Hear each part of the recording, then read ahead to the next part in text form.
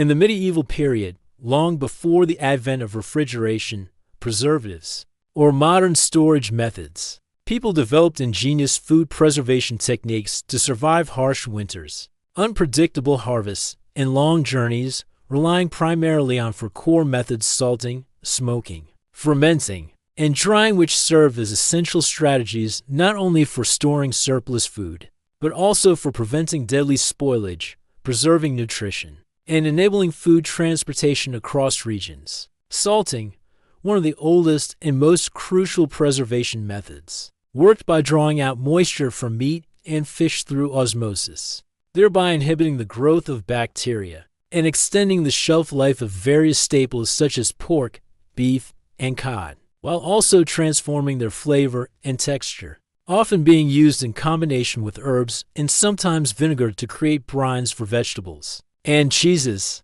Salt was not only a preservative, but also a precious commodity, mined in regions like Hallstatt and Lüneburg, transported through trade routes, taxed by monarchies, and even used as currency in some parts of Europe, with its importance extending into religious and economic spheres. Smoking, another fundamental technique, used the chemical properties of wood smoke-rich and phenols and acids to coat food in a protective layer that not only added a unique flavor, but also deterred insects and bacterial growth, with cold smoking used for delicate items like fish or cheese, and hot smoking applied to meats like sausages, hams, and bacon, often conducted in specialized smokehouses or over hearth fires in peasant homes. Fermentation, a method grounded in microbial activity, turned sugars into alcohols or acids through natural processes carried out by wild yeasts and lactic acid bacteria, resulting in preserved and transformed foods,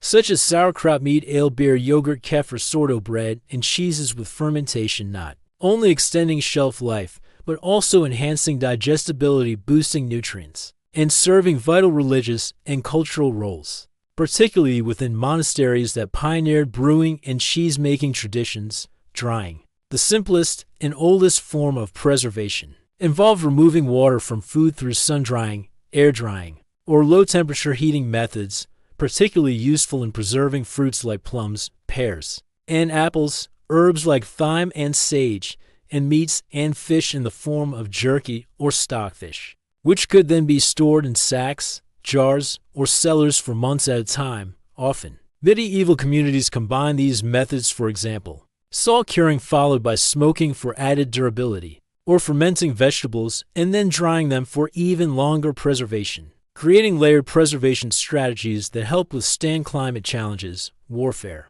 and famine. Beyond basic survival, these methods played critical roles in shaping medieval cuisine, trade, military provisioning, and religious customs, such as fasting periods that prohibited meat but allowed dried or salted fish, leading to the widespread consumption of items like salted herring and preserved beans. Moreover, food preservation dictated the rhythms of the agricultural calendar, household chores, and gender roles, as women and children often assisted in smoking, drying, fermenting, or salting foods, storing them in clay jars, wooden barrels, or cellars for winter. Preserved foods enabled long pilgrimages, exploration, and even the Crusades, as dry bread, smoked meat, and salted fish traveled well and fed armies. Trade flourished on the back of preserved goods, and cultural identities were often tied to specific preserved specialties, like English smoked ham, French dried fruit,